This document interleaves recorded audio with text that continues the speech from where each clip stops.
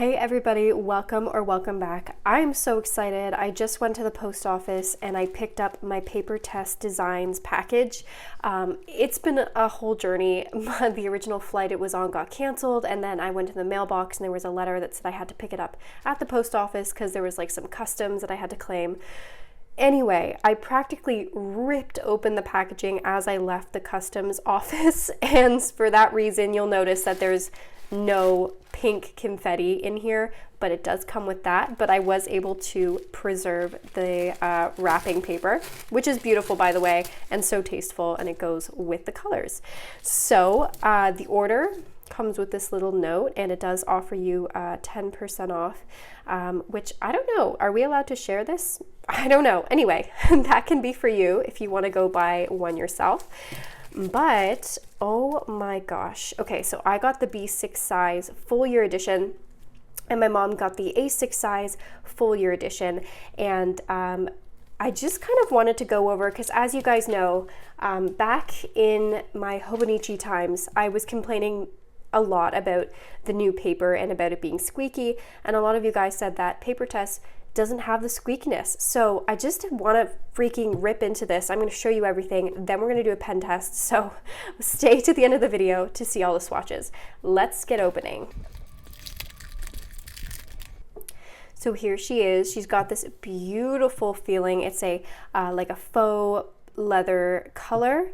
And then obviously the intro page. And then you go into your index, a nice blank spread here for a vision board or whatever you'd like. You get your yearly overview. Sorry, I was just thinking this is beautiful, so that's why I said overview. And I love this. I just love, this is exactly how I like to format my birthdays, and this is what I do in a bullet journal, so I thought this was so intuitive for me personally. You get your yearly overview, which is great for tracking or anything you like. And then you get your freaking quarter 1, 2, 3, and 4.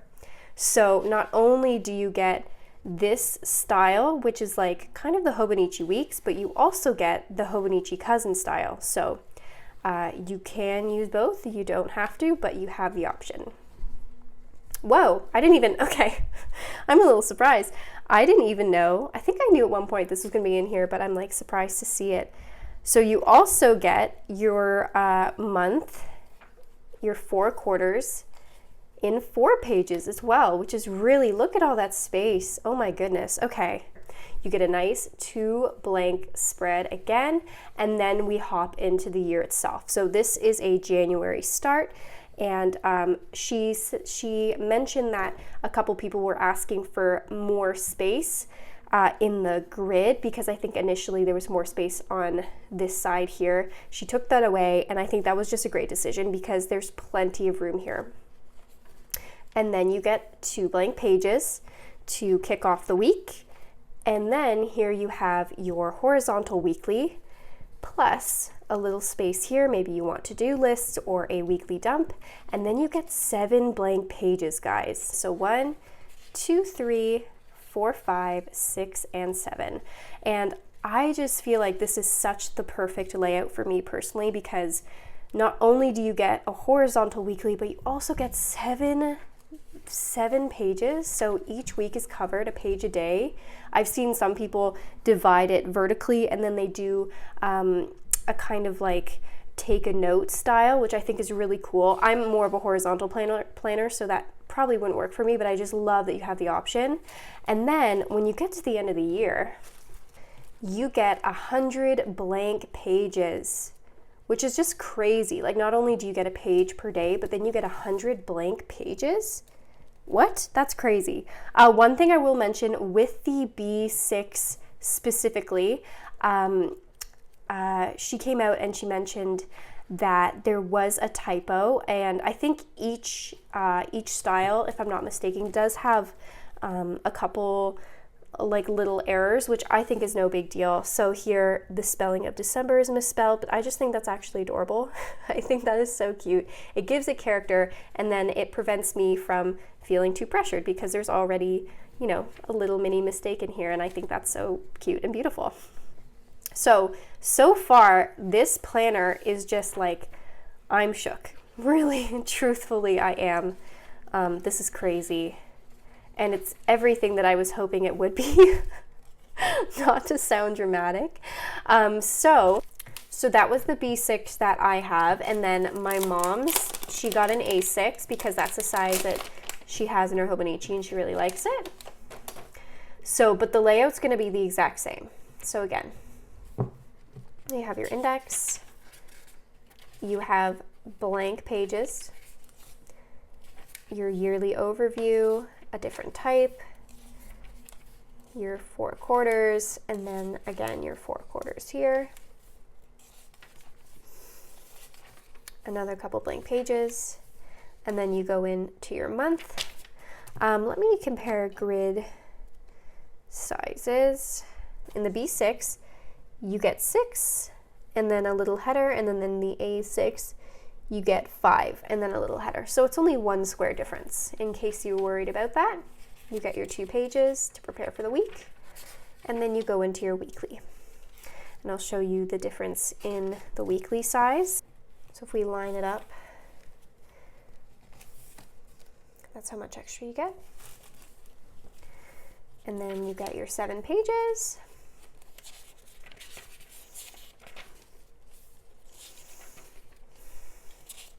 Then you go into your next week. And then I can't remember what mistake there was in this one. Oh, no, I do remember what it was. It was in March. Here we are. So you have, it's supposed to be 28, 29, 30, 31, but it's accidentally 28, 29, 31, and then 31. So again, I don't think that's too big of a deal. Then at the back, I actually don't remember how many blank pages you get. It feels to be about 20. If I'm right, that would be really impressive actually. So it goes from 496 to 520, which is 24 pages. So I was close. So yeah, that is the A5 or the A6. And then there is the size comparison.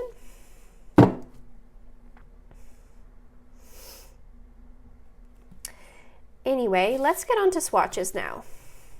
I'm going to put this in mega fast forward so we go really quick, but I've got a lot of supplies that I want to test.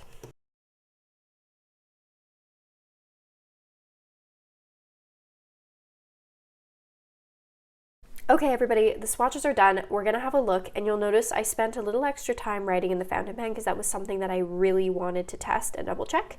So let's take a look. I apologize for this, by the way. I didn't remember that I had done this, but you can still see the swatches. So here is the Hobonichi. Here is the PaperTess. So here are the swatches. As you can see, Hobonichi performed better overall. Let me zoom you guys in a little bit so we can get closer. I did go a little heavy-handed with the dots, but that is a significant amount of bleed through. I'm not going to say it's not. Same with the Energel. Like, that's not something that I would feel safe using. But you can see that the fountain pen did hold up pretty good, especially because it's been relaying a ton of ink recently. So that's pretty standard. The gel pen actually performed better in PaperTess. The Pentel, oh my god, you can't even see. Have I been showing you nothing? Hold on. Let me scoot you down there. Okay, here we are, in case you're wondering. The gel pen, the Pentel, looks about the same to me. This is a ballpoint pen, about the same to me. The fine liner down here looks better in the Hobonichi. These are three or a couple new ones that I didn't test in here just for my own curiosity. This is Diatramente's ink, the Knox Zone, which is erasable, the Sarasa Dry, and then the Uniball 1F, and then the Energel in a 0.7. This one always bleeds everywhere. It bleeds everywhere. And then Muji, just the marker. If we look at the highlighters, the bleed through is about the same. You can probably see it a little more on the PaperTess, but if you look there, it's pretty similar. The Tombow is about the same, but the dots are definitely significantly worse here. Just out of curiosity, I am going to do one of the Pentel Energel here. And that is what that looks like comparatively. So again, pretty similar. I would say the Hobonichi is still holding up better. Let me grab the old Hobonichi as well.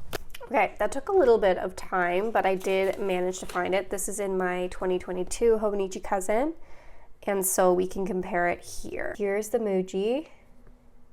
Here is the Pentel, the ballpoint, fine liner, and then we have the 3 ink down here. So, looks like the old Hobonichi actually is holding up better than the new. And I feel like that's the conclusion I reached in the other video too. Out of curiosity, I'm going to do a couple more dots, but I'm not going to press as hard. Just because I do feel like I pressed like super hard. Maybe that wasn't fair. Anyway, we'll take a look. Okay, so it's about the same.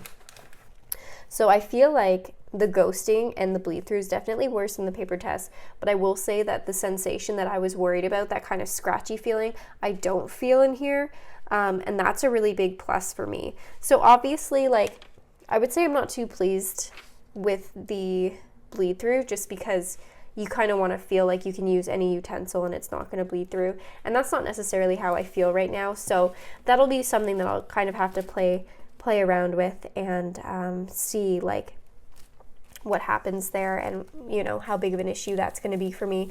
Okay everybody, it's actually the next day, and I had quite a sleepless night last night thinking about how this paper performed in the swatch test. You can see that I tabbed it. I try not to do tabbing on camera because otherwise I really mess it up, even though I literally did anyway. But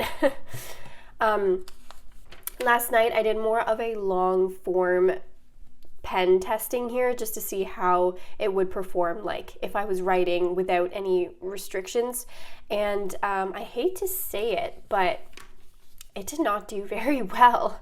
I even noticed in the header of the testing page it was feathering, which I've never seen before on any Tomoe River paper. You can see in the G there primarily. Like, and you might not think that's that bad, but then I did it again and again. I just wanted to be very free. This is a very wet fountain pen ink, but it's my favorite, so I had to try out my favorite. And again, you can see the feathering there, which again, I've never seen that before. And then when I turn the page back over, it was kind of a disaster. Like, that's a lot of bleed through for fountain pen ink. I'm not sure what happened here. I don't think it's Tess from PaperTess, because this is a beautiful planner. I think it's the 2025 Sanzen paper has not been like produced quite the same as the 2024. You can see this is old Hobonichi paper, and I gave it a crap ton of ink. Sorry, I almost swore there. And you can see it didn't even show through. Right, there is that like deep shadowing, but it didn't show through, and I put a lot of ink there. Anyway, so my thinking is, I think the 2025 Sanzen paper, something happened, because this is not performing like Tomoe River paper usually does. Like, as you guys know, Tomoe River paper is supposed to be like the most compatible with fountain pens, and you know, that was not what I found here, especially because, like, let's say you wanted to do an ink swatch or something. I don't see that as a possibility anymore, because even writing this a little bit larger, it showed through. So anyway, I tell you this, why? Because I'm going to take this planner into a stationery store, and I'm going to get the experts to help me with picking an ink that is compatible with the new Tomoe River Sanzen. I'm going to do a bunch of ink swatches. I don't care if it bleeds through into the next realm. I'm going to find an ink that holds up against this paper, and I'm telling you this because when I find that out, I will share it with you, and I will show you everything that transpires. So there is hope.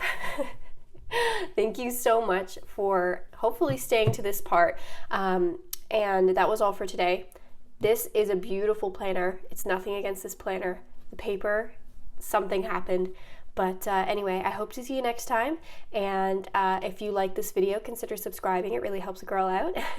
And I will see you next time. Bye-bye.